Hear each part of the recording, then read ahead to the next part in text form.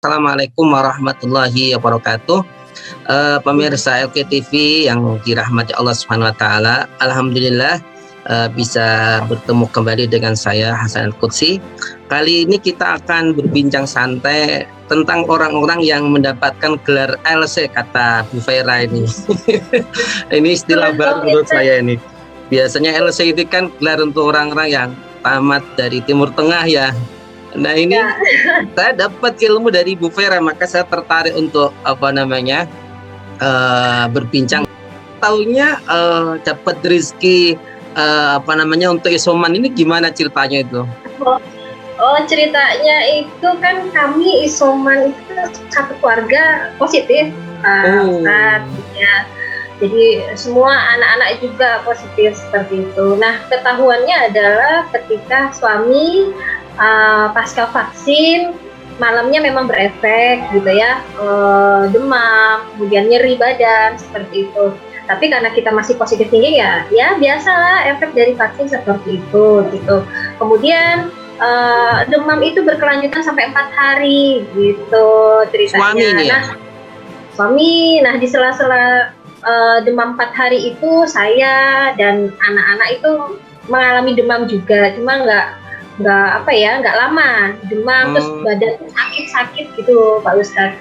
Nah, akhirnya saya konsultasi dengan teman dokter, salah satu teman dokter, karena ini kok pasca vaksin kok masih demam suami gitu. Terus ya sudah deh, di swab aja. Saya sempat bilang ini apa pancaroba ya, perubahan musim apa gimana, malah saya ditegur, masa seperti ini tuh udah asumsinya nggak usah pancaroba lah atau apalah, mau nggak mau, suka nggak suka, kita memang mengarahnya ke sana gitu. Nah, supaya aman disarankan untuk swab semua drive thru, jadi kita disarankan tidak ke rumah sakit, malah nggak usah ke rumah sakit, drive thru aja seperti itu. Ya, qadarullah akhirnya semua positif ternyata. Masya Allah. Nah, ini mungkin diceritakan nih Pak Karsono, sebagai juga direktur utama ya Bank Dana Amanah Syariah. Ini kan pasti mobilitasnya sangat kuat sekali ya. Dan ketemu orang macam-macam ini. Pertama kali Pak Karsono tahu kalau sedang diberikan Allah ujian ini, itu gimana ceritanya Pak? Nah, kebetulan Alhamdulillah Allah memberikan kami ini ya, saya kebetulan sekeluarga juga Tat. Sekeluarga ya Ustaz ya? Sekeluarga, saya untuk bisa merasakan gitu ya, merasakan betapa COVID memang ada gitu ya. Jadi ceritanya bulan Juni saya mulai merasakan adanya tanda-tanda itu tanggal 14 Tat. 14 Juni? Tanggal 14 Juli. Tapi karena sebelumnya, jadi 4 hari sebelumnya saya baru selesai vaksin yang pertama. Jadi saya anggap bahwa itu bukan COVID, itu sepertinya efek dari vaksin. Karena saya merasakan tenggorokan ini seperti radang tenggorokan, kemudian mulai batuk-batuk gitu ya. Dan saya masih ngantor itu Tat. Jadi kena hari Senin mulai ada tanda-tanda, saya masih ngantor sampai hari Kamis. Gitu ya. Sampai hari Kamis. Yang saya rasakan di awal itu seperti badan meriang, demam, kemudian tenggorokan seperti radang tenggorokan, sehingga saya minum obat yang biasa saya minum kalau radang tenggorokan. Saya minum waktu itu F-Gatrosis ya. Agak reda gitu ya. Tapi yang berbeda dengan radang tenggorokan biasa, kalau udah jam 2 saya drop banget gitu ya. Kebetulan jam 2 malam? Kalau udah jam 2 kok terasa drop banget nih, jalan saja kok seperti limbung ya, seperti limbung. Nah, kemudian saya menyimpulkan bahwa ini rupanya mungkin COVID itu mulai hari Kamis ya. Jadi Senin saya mulai terasa gejala, hari Kamis keluarga, anak, kemudian istri ya, anak ada 2, istri kok mulai kena gejala yang sama. Nah, ini jangan-jangan bukan sakit biasa. Akhirnya di hari Jumat itu saya akhirnya pergi ke rumah sakit untuk melakukan tes ya, setelah tes antigen waktu itu. Nah, saya tes ternyata positif. Begitu saya positif, saya telepon anak-anak sama istri suruh nyusul. Coba nyusul ke rumah sakit. Ternyata betul dan terjadi semuanya. Tahunya kapan Mbak Ida ini kena COVID ini, Mbak? Oke, alhamdulillah. Ini mungkin nanti kita bisa sharing-sharing ya, Tat ya, terkait pengalaman saya dan keluarga ketika terkena COVID. Jadi di sekitar Juni pertengahan, Tat, awalnya. Jadi Juni pertengahan itu diawali dengan suami saya malahan. Jadi ketularannya malah berawal dari suami. Cuman kita nggak tahu awalnya kalau itu COVID ya. Karena juga memang gejala awalnya mirip seperti flu biasa ya. Kok badan meriang gitu aja. Terus alhamdulillah keluarga tuh nggak ada yang sampai demam, Tat. Jadi kami mengalami sakit mulai dari suami itu. Suami badan meriang, kepala agak berat gitu, badan pegel-pegel. Langsung terasa itu, tapi relatif mungkin ya karena flu biasa, mungkin badan gak enak aja gitu, lagi kelelahan gitu ya kita pikirnya. Jadi nggak ngarah ke COVID. Ya karena dikira begitu ya kita udah ngumpul nih sekeluarga ya, biasa makan bareng, ngumpul bareng gitu ya. Nggak tahu kalau itu COVID. Hari Rabu itu, Tat. Kemudian hari Jumat saya masih ngantor biasa ya, Rabu, Kamis, Jumat masih ngantor. Jumat tuh malah saya ini ada pembiayaan cukup besar gitu ya, sehingga saya harus survei keliling-keliling mulai dari ke Boyolali, ke Sragen, full lah pokoknya seharian. Cuma saya udah mengalami gejala tuh, ini kok badan nggak enak, hari Jumat itu badan kok nggak enak gitu. Terus kepala itu berat gitu, rasanya kepala berat, pengennya tuh merem terus.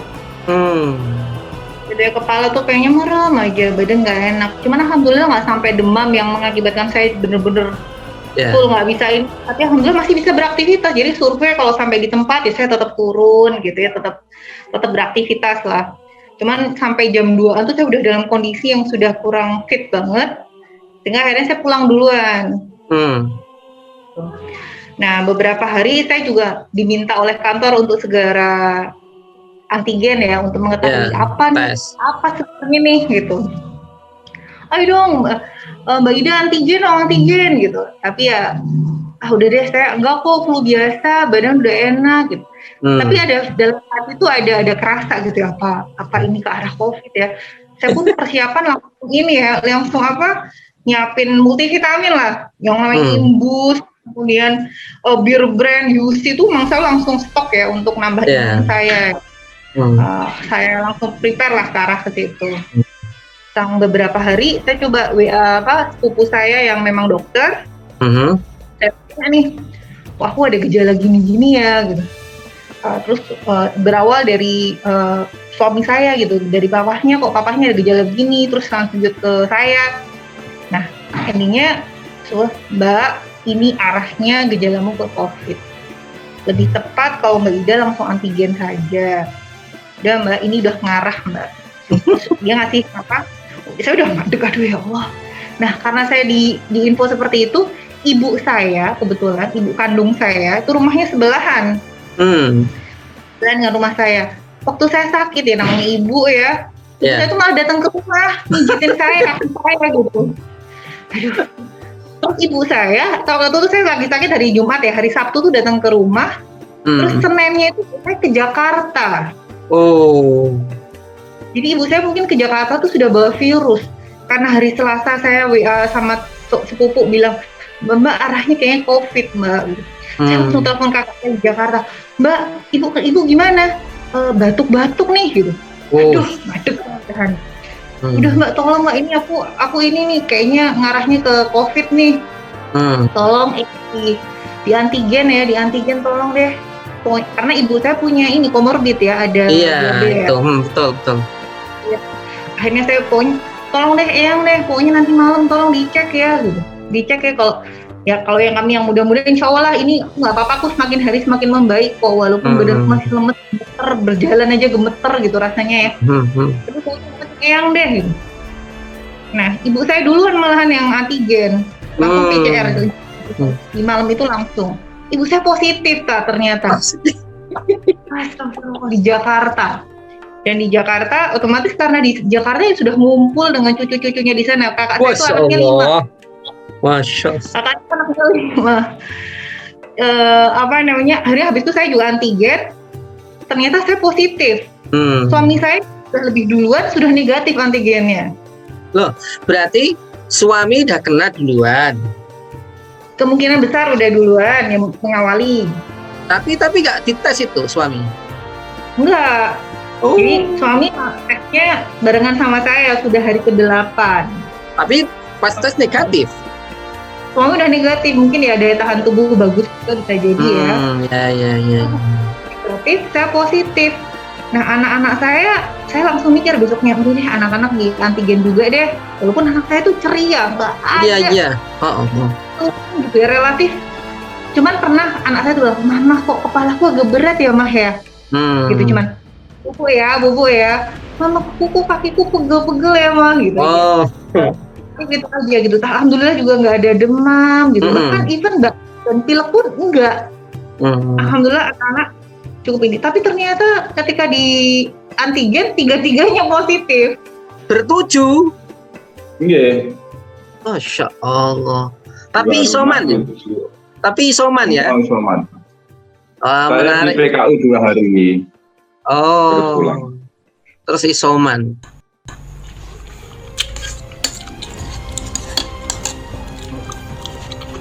Ini hari ke berapa ya?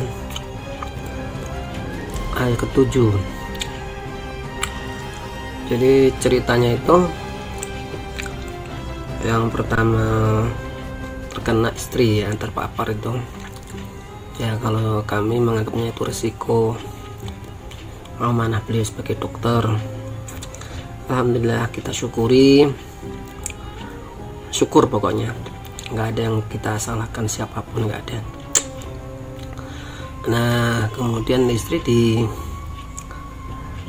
bawa ke rumah sakit supaya untuk maksimal.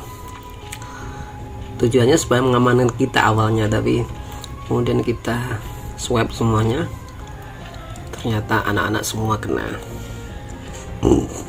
Uniknya ketika itu kecuali saya ya. Jadi ketika itu di awal swab saya nggak muncul.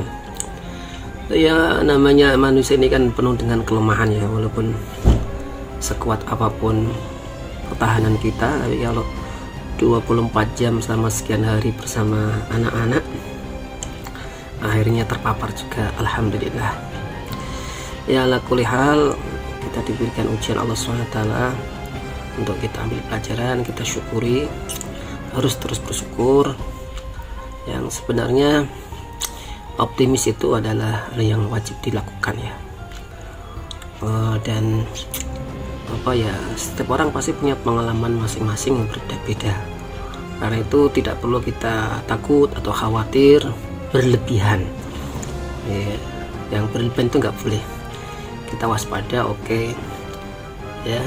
Ya kami alhamdulillah ya, karena selalu diingatkan istri untuk prokes ya, alhamdulillah tetap, walaupun saya kadang keluar tetap pakai masker, pulang pun harus